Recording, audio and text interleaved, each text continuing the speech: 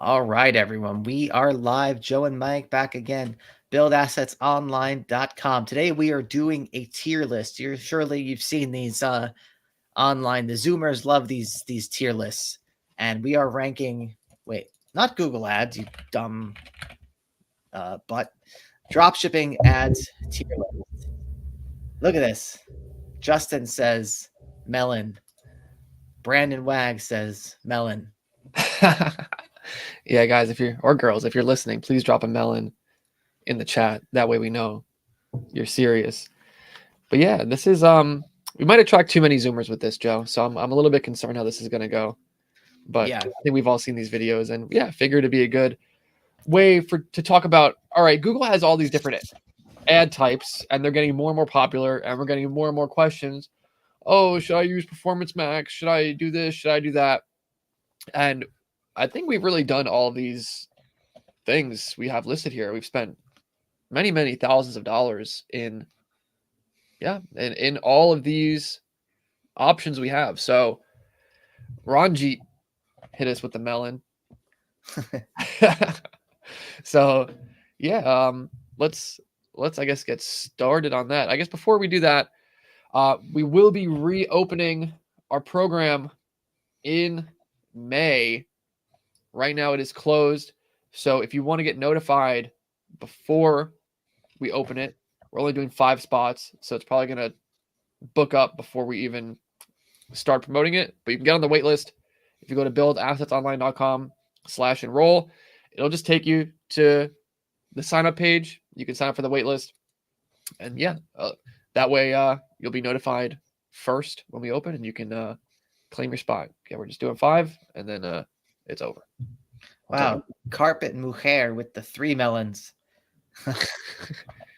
That's serious. Yeah. All right. So what do we have here on our tier list? We have search, perform. We also have Meta and well, I guess this can include Instagram as well and Bing. But these 6 are Google ads. We have search, performance max, my favorite, display, shopping, video, and demand gen. And then we have Meta, which we group with Instagram, and Bing. The setup is, I guess, has similarities to Google, but we can't fit all of this on here. But Bing is Bing, so we'll just leave it at that.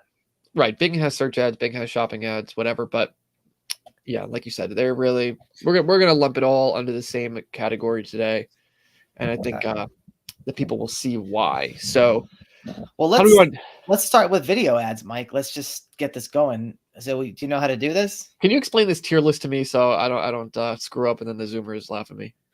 All right. So basically, S tier is the best one. A tier is good, and then it's like A B, like it gets worse from there. Like, are we putting? Can anything? Is it 1 for 1? Meaning there's only one S. There's only one A, B, C, D. Okay, it can be multiple. I mean, you could. I mean, you can possibly have like 2 S's, but like typically, you would think right there would only be one of the best, like the best. Like if you only going to use this. All right, cool. Let's do it. So video. So let's talk about, I guess, our results with Google video ads.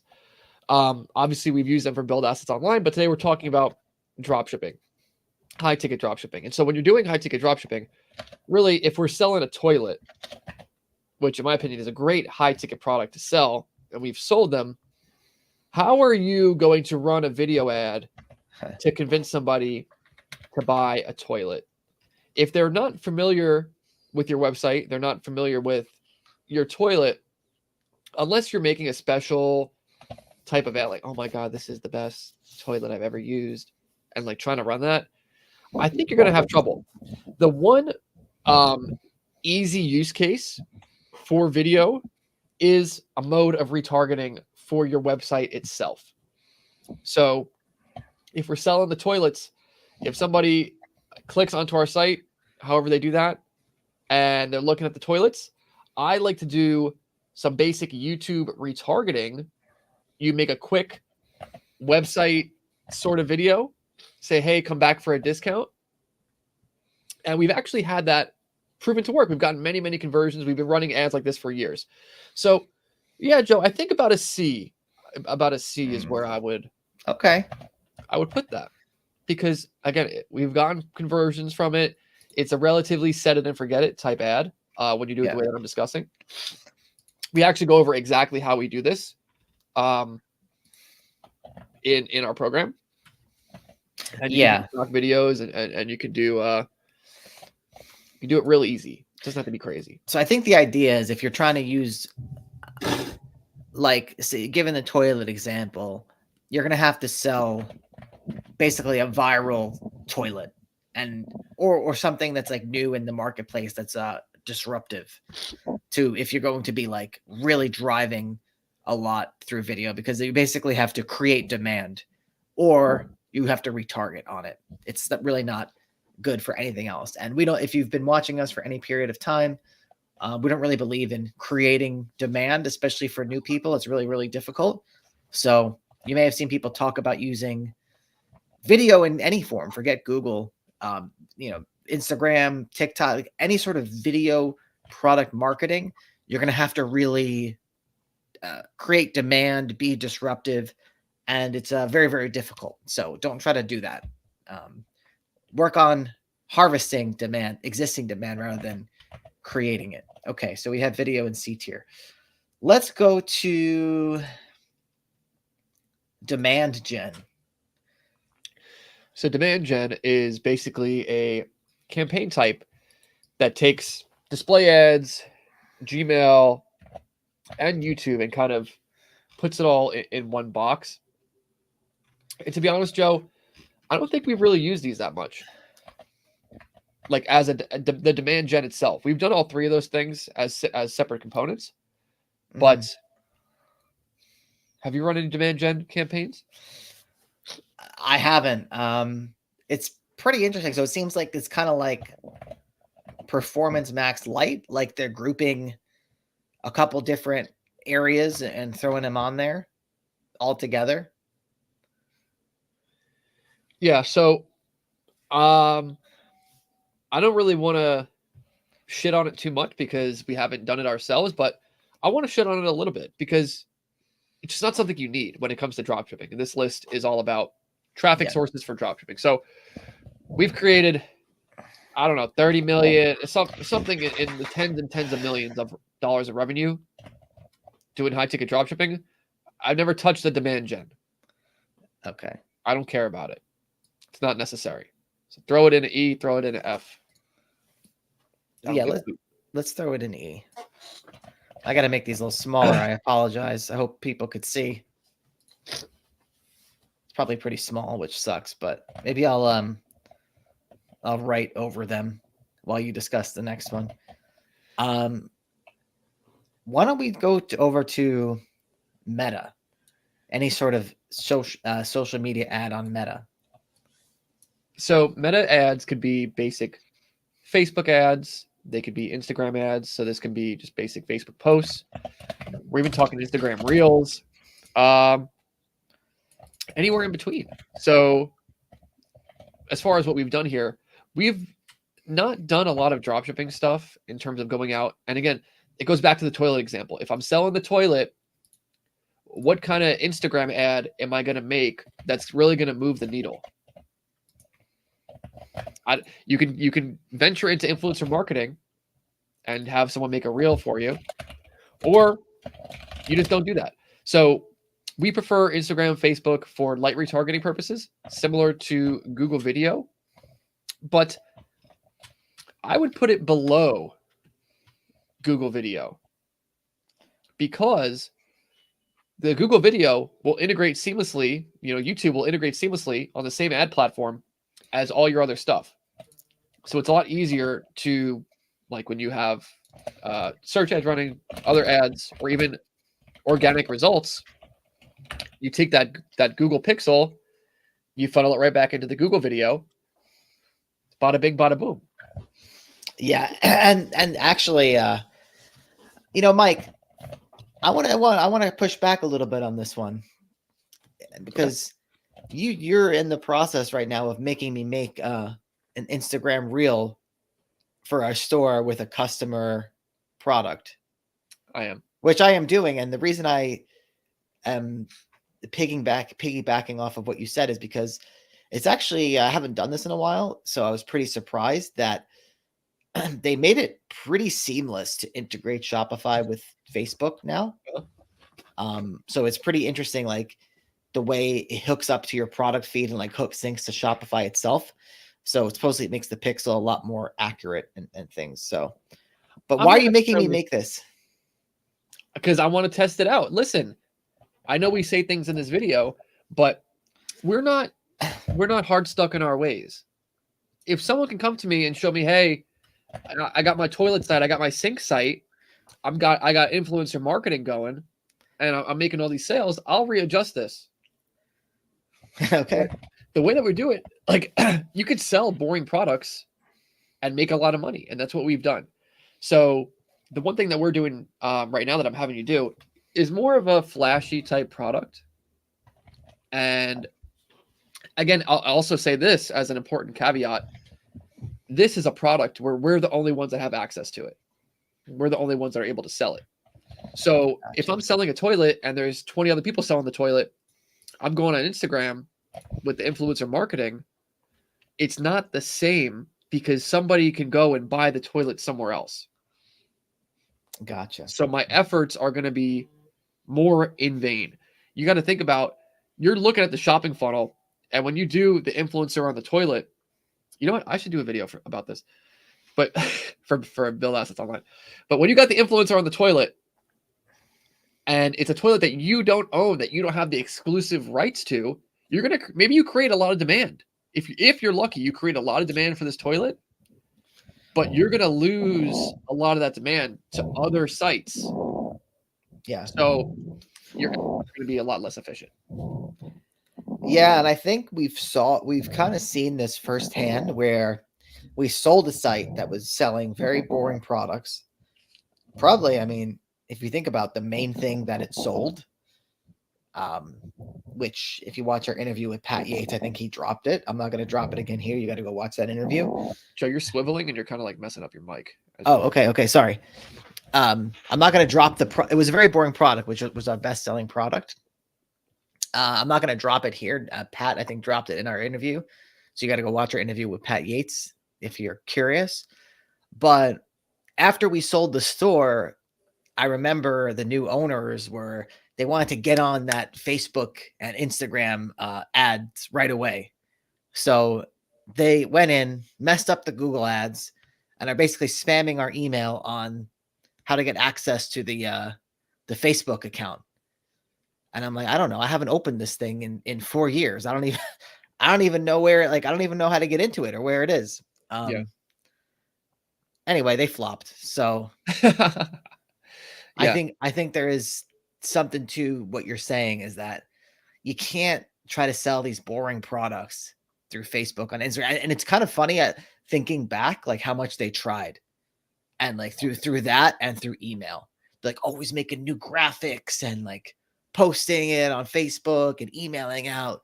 We're selling toilets now. Like, come check it out.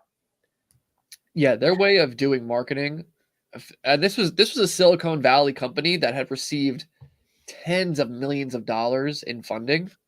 They had absolutely no idea how to run a stupid high ticket dropshipping store. Like, they could not take their conventional skills and apply it to what we do, because they were thinking too much about it. They were doing too much versus just sticking with the basics. Like, we don't need Facebook posts every day about your toilets. Yeah. So, and again, the huge difference is when we're trying it right now, we have exclusive access to the product, and it's more flashy than a toilet. We'll say that. Gotcha. All right. What about Bing? Bing, let's go B. We'll go Wow. B for Bing. Bada bing, bada boom. Because it certainly brings in more business than the Google video. So I had to put it above that. It's better than Facebook because we're getting now to the core of what makes a high ticket dropship business really run. And that is search intent with ads, right? So you got to think, Carl, he walks into his office at 9 a.m. in the morning, and I'll tell you what, he got up at 5 a.m. He had his coffee, and he's 350 pounds. He sat on his toilet, and he cracked it. And so his wife is yelling at him. He goes to work, and he goes on his Internet Explorer at work, and he's, I got to get a new toilet now. My wife is getting on me. So he goes into Internet Explorer. He searches big toilet, and there you go. We're popping up. Yeah. So what makes Bing, I would say, I mean, in theory, it is very similar to Google in the fact that there's demand there, there's product demand, like you explained.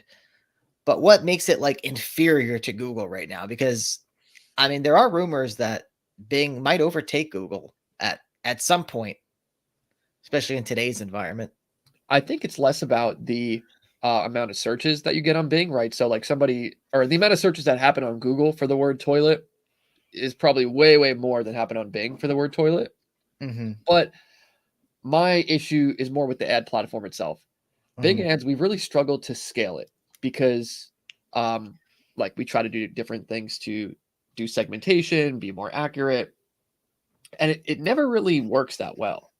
Like the same rules that we've discovered on Google that work really well doesn't always apply to Bing. And we've coached multiple students who use Bing, and they haven't really been able to get it to work at a very consistent and scalable level either. So again, I don't hate Bing. It certainly brings in a good chunk of business, but I run some basic ads, set it and forget it, and I let it do what it does. I'm not gonna try and scale it to the moon because again, the ad platform and the reporting and just the way that it works is not as good as Google. Yeah, sorry, I hit the mic there with my hand. It was an accident. All right, so we have, let's get a little juicy here. We have Performance Max. How do you feel about Performance Max? If we're talking dropshipping, we're putting it in the F. In the F. I want it in the F. All right. We got Brandon in here. Shout out Brandon. Brandon came to us many, many months into his dropshipping journey. And he said PMax is a charity. And that's right. You're paying right into the the Google Foundation when you do Performance Max for dropshipping because it's basically a black box. You have no good reporting as to what keywords are showing up for. You have no control. So Performance Max will take you and it'll show you for YouTube. It'll show you for display, Gmail, all the things that demand gen does, plus shopping, plus search, everything. And you have very little control over what it's going to do. On top of that, it doesn't play well with other campaigns, right? So if I had a search campaign going and then I had a Performance Max campaign going for the same type of thing, it's just going to cannibalize it. And so it's not something that you can just put on your account and test without having the other campaigns in your account suffer if it's for the same products. So long story short, Brandon, how much money did you spend on Performance Max before you came to us? It was quite a lot. Had thousands and thousands of dollars. And then we put him on the Bow diet. And he's $2,000 he spent on Performance Max. I don't think he really got any sales. He never had a track conversion in his Google Ads account. 0 conversions. We put him on the Bow diet.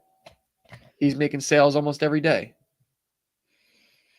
So it's an F. Don't do it. I get people make it work with e-commerce. I'm sure that they do. I'm sure that there's a way to do it, but again, I can't go off of that because are they doing high ticket dropshipping where they're selling their products alongside multiple people?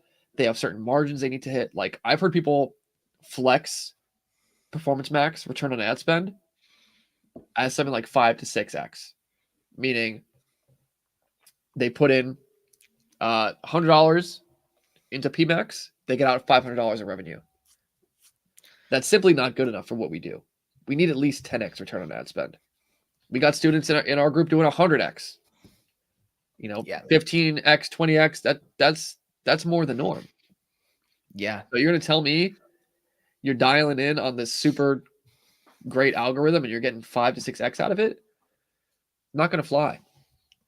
Yeah. And it's pretty interesting. Maybe we should do another stream on this. That someone in our group who has been getting those high ROAS numbers. We always like to say, we haven't said this in a while, but we always used to like to say, the longer you stay in the game, the more opportunities present themselves. And after he gave us a little more detail about what he's doing, I think it's simply a case of that. You develop closer relationship with suppliers. They let you try new things. And that's what people don't realize, is how much of an iterative process this is.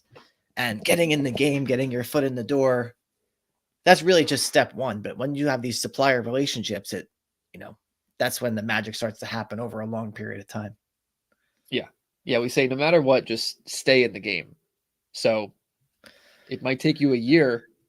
I mean, not that you're not profitable for a year, but like over time, you're learning more about your suppliers. You're learning more about your products. You're learning more about how to serve your products to your customers. Yeah.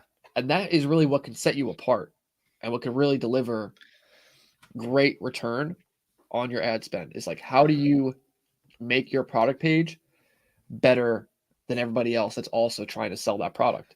And even the student that you're referring to, like, he's able to do things with his product pages and with his support that like Home Depot and like other big box stores, they simply can't do. Yep. Because it's more personalized. So he's getting huge sales. Whereas like not big competitors just can't go there.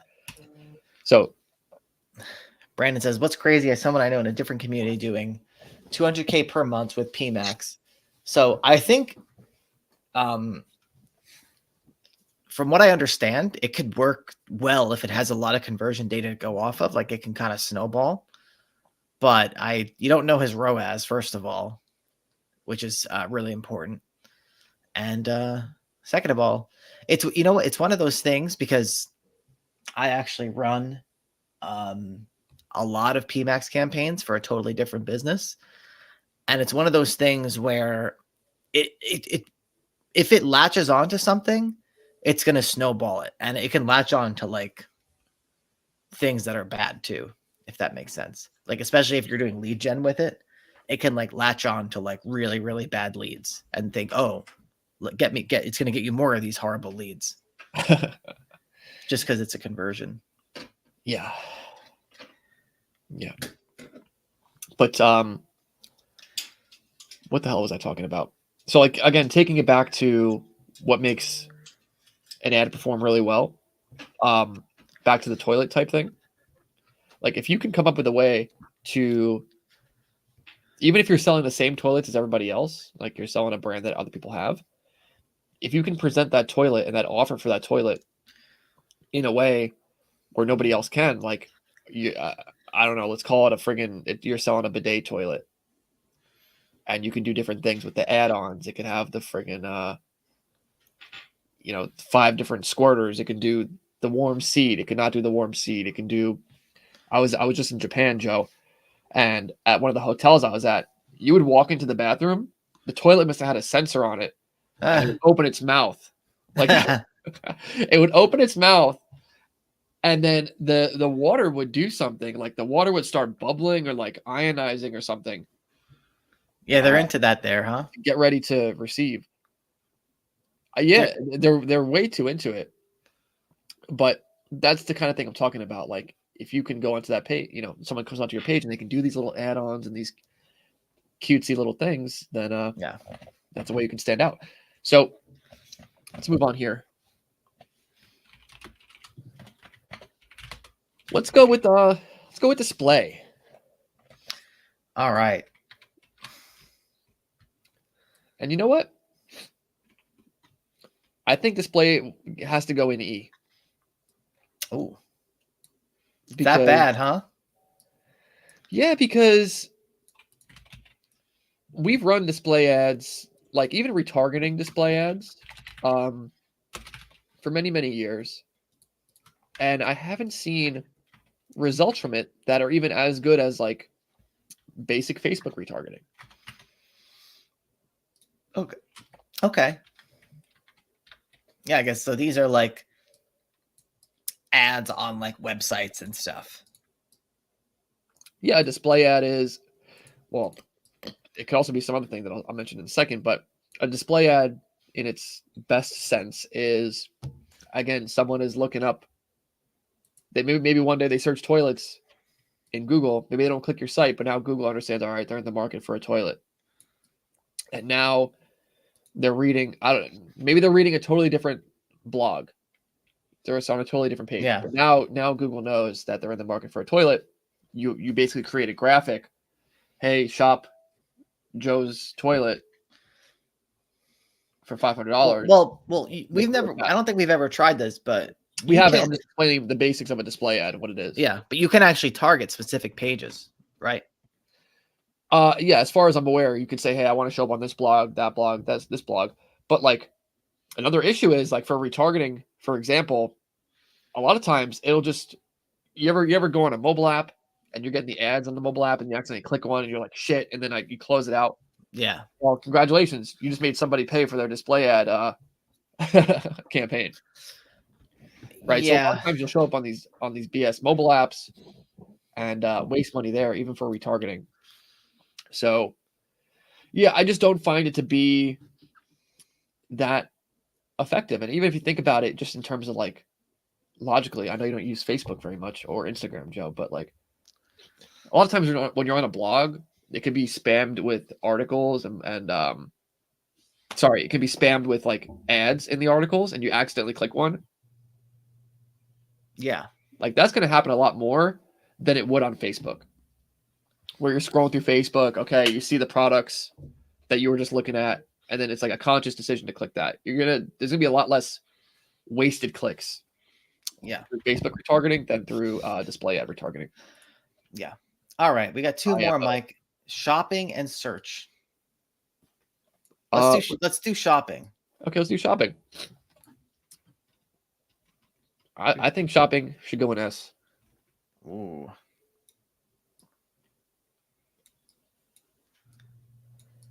And what makes shopping deserving Shopping of S is tier? S tier because for the last decade,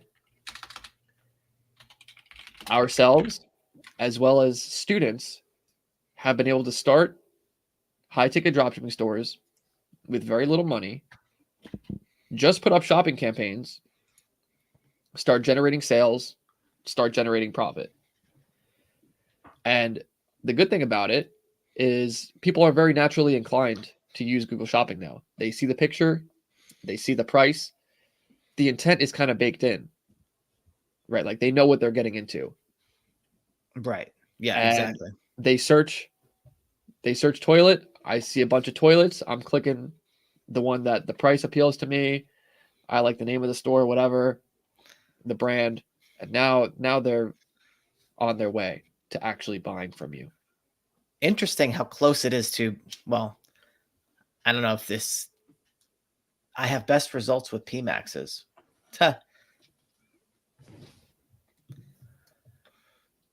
He's got the Lambo in front of the Buckingham Palace. Tell us about your PMAX results, MXT, please. Seriously, I want to know. I want to know what you got going on. Anyway, Google Shopping. What were you saying? It's close to what? No, I was gonna say it's so close to Bing, but I guess realize this is visually. It doesn't mean that it's in the same like playing field. But anyway, so Google Shopping, it's got high intent baked in, price point baked in, and I feel like it's pretty cheap for what it is. The clicks are cheap if you want them to be. And what's good is that normally we like to have as much control as possible when it comes to running our ads. With Google Shopping, you do sacrifice a little bit of control where it's going to take your product, your toilet, and it's going to say, all right, it can show up for 1 million keywords. These are all the million keywords it can show up for. So yes, you don't have control over exactly what you show up for, but Google kind of knows like what is a shopping intent term and what's not. Mm-hmm. And you have the opportunity to see, all right, what am I actually getting good clicks for? What is actually converting? And then that can bleed into when you go make search ads. All right. Not to mention, there is a way to control for Google Shopping keywords and do segmentation, all that, and we go very deep into that. But yeah, you can't control every single keyword that you show up for in Google Shopping. Right. Which, in my opinion, is a good thing. Right. But I would say there's also a decent barrier to entry of it because the way you do control it, not everyone is going to be controlling it at such a, the level that you might be controlling it at. Well, that's the thing too, right? Like you don't know what budget somebody's working with, what type of bids they're working with, what type of segmentation they're doing. So it's really like versus the search ads in Google. I want to show up for the word toilet. Okay, you're going to do that. Everybody else is going to do that too. That makes the bids go sky high. There's limited real estate in terms of, all right, there's only literally a few sponsored results on the, when you search toilet, right? Google Shopping, people literally just go into the shopping tab and they just scroll and they shop around. So that naturally makes it a lot easier to make sales with competition. Okay. So we got one more, Mike, search ads. So search, I'm going to put in A.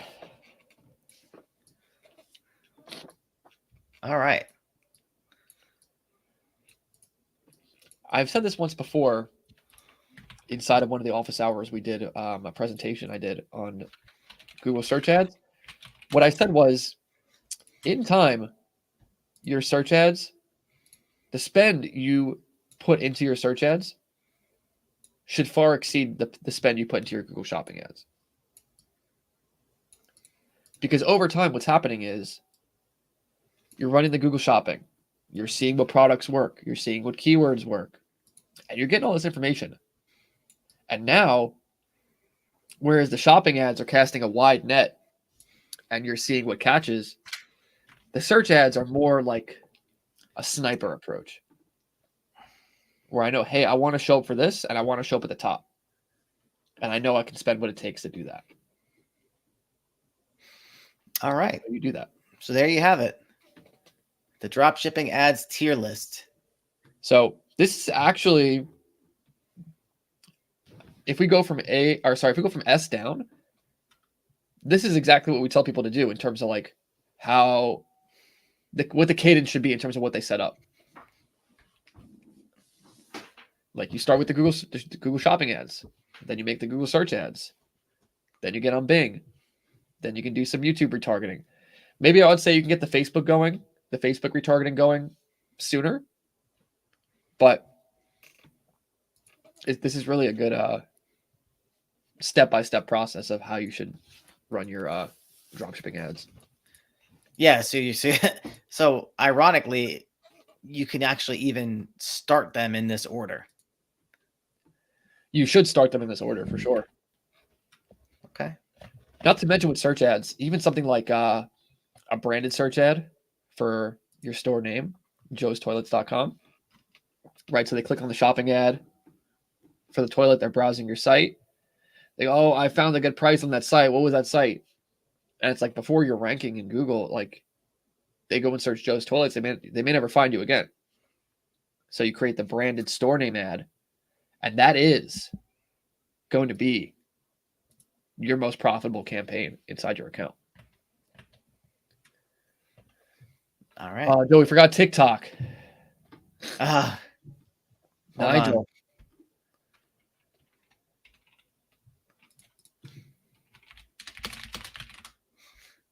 Said, well, I feel like we shouldn't even place it because, I mean, it might actually be shutting down. Yeah, Toddy said, I've been learning about TikTok and started selling 2 months ago. Now they're going to shut it down. Yeah. Toddy, what have your results been selling on TikTok? Because I'll be surprised if it actually shuts down. I would too. I'm not really taking it seriously, but this is the thing. Where is this? Brandon said, what's crazy, I know someone in a different community doing 200K per month with PMAX. I know somebody in every community, in every business model that's crushing it. So this has, like, you're going to find one person that's having success wherever you go. It's a matter of how repeatable is it, and can you teach the average person to do it?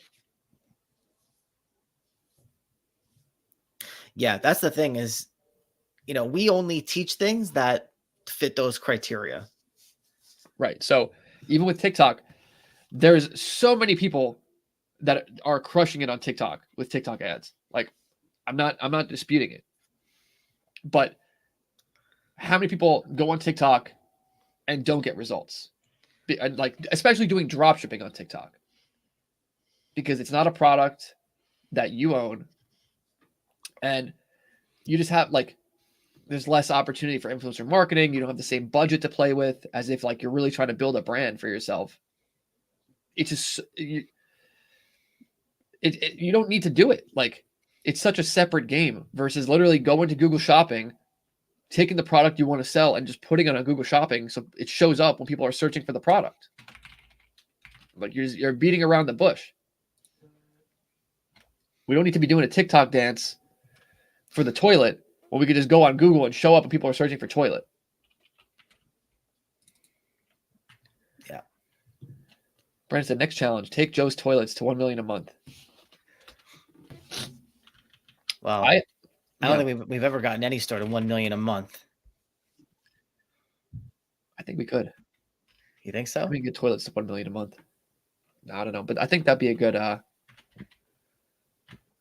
good niche to, like, build in public. Because it's such, like, a mundane, stupid thing. Yeah. Like, I would do the build in public thing, but I don't want to build anything else. I know that's really the conundrum. Royalty got hit, said it's not going to shut down for at least a year. Talking about TikTok, they have 12 months to sell the company. I don't know what the details are on this, but I'm not on TikTok really. I don't know, keep up with it. Listen, I don't believe anything until it happens. Yeah, absolutely. Tony said, I haven't been doing ads, but I've been doing TikTok shop marketing through influencers. I've been making $600 a week gross with 45% margins. It's good, but it's not consistent. Yeah, I mean, that's good to hear. But if it's not consistent, then yeah, maybe some months you make 2,000, some months you make 100.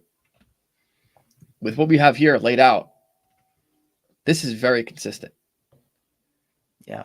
Because you have on average the same amount of people, like 100,000 people a month are going to search toilets. And you're just showing up. So you don't need to constantly be making new creatives. Like, all this stuff. Being in an ad space or a marketing space that's very creative focused is very difficult for a beginner. And it's very difficult, again, when you don't have, like, the incentive of it's your own product, it's your own brand. Because you need to be constantly testing new creatives, making new creatives, seeing which ones work. The ones that do work, they're going to stop working. So it's a never-ending cycle. Versus this is so easy. And this is why we're so lazy. And this is why our video quality sucks and people think that we're broke. It's because we're just used to doing easy shit. Yeah. Yeah, that's the problem. Like, we know how easy it can be to just, you look at your phone, all right, I made a $10,000 sale. And guess what? It wasn't because I had an influencer doing a dance. Yeah. All right. Toby, I've tried some cloud stacking, but didn't see much change in the rankings. Do you just need more links than your competitors? No. So, like, I don't know exactly what type of cloud stacks you built. So it's going to come down to how powered up are the cloud stacks and how competitive is the term. Like, it's not going to magically rank you for a competitive term. But I would try to use it to rank for high ticket stuff that's like low competition. So I don't know. Those aren't enough details to like answer the question, unfortunately, but that's how I would think about it. Are our cloud stacks working, Joe? Well, to our e-commerce site, I don't know, because we've done so many other things, but locally they definitely work. For local SEO, they work really well. They work really well for like if you have a domain that's just for service. I don't know much about his service. I just build all the clouds myself. So when you say the cloud stacks are powered up, the weeds of people have no idea what we're talking about probably, but cloud stacking is like a basic way to like build links to your website to make it rank, right? And then powered up. I wouldn't. I mean, I'm not going to put too much time into it for like e-commerce stuff. I would do it if I had like maybe like I'll take like a really niche product. So here's an example of how I would use cloud stacking for high ticket dropshipping. So say I was selling like a niche product, not just a sauna, but like what's like a barrel sauna or something, or like a sauna with like what's a weird type of sauna? How weird, like something that's like super long tail? Yeah, I guess, or just whatever. Like a cedar barrel sauna, maybe, or do they make? Hold on, I'm not sure exactly how to answer your question. All right, yeah. Let me just so just say you're doing like outdoor saunas or like sauna boats, which is actually a thing. I would have like saunaboats.com and then use the cloud stack to try to rank my domain for that and build all the relevance around the domain for that particular thing. So it really helps with like relevance as well. Like that's kind of like one of its main benefits is that you can add in all of these like LSI keywords and n-grams and just all these words related to, in this case, like boat saunas. And then you have like boatsaunas.com and you're kind of like reinforcing the category that Google's going to put your site in. That's, I think, the best way to use it. If you're just like throwing it at random things on like a more generic site, I feel like it's not going to be that effective. Gotcha. Royalty said, should you start Google search ads immediately after getting your first sale? Yeah, you can. I mean, some people don't start them for quite a bit. I think doing the store name search ad, as I described, you can put up immediately because that's going to help you get your first sale. If people go to your website and then they can't find their way back, then you have a problem. Like, you need to make sure they could get back to your site if they actually try to. So also it's important, you have to think about your domain name when you're first starting out for this reason. Like if your domain name is too generic, your store name search ad might wind up being competitive. Like if your store name is buytoilets.com, someone wants to go back to your store, they're like, oh, what is it? Buy toilets? It's for buy toilets. You can run the text ad. You're going to be having to compete with everybody else that's just running that from a generic standpoint. Does that make sense? Yeah. Versus Joe's Toilets. You search Joe's Toilet, there's nobody else that's going to really be popping up like that. Yeah. So you got to think about that type of thing. All right, Mike, let's call it here. I want to finish that ad. You got a TikTok ad going? Yeah, I want to finish the Instagram reel. All right. Right. So we might have to come back and modify this. Yeah. See how this goes. But yeah, we'll call it here. I think this was informative. But Okay. I think you were making a reference there. I was. If you want to learn how to build a high ticket dropshipping store you could sell for over $100,000, your screen is still being shared. If you want to learn how to build a store you can sell for over $100,000, high ticket dropshipping, just like we've done many, many times, we've taught our students to do, you can apply for the wait list. Go to buildassetsonline.com/enroll, sign up. You'll get alerted when we open up our spots. There's only going to be a few that come up in May. So get after it. Melon Gang, rise up, as Brandon says. Take it or leave it. But as always,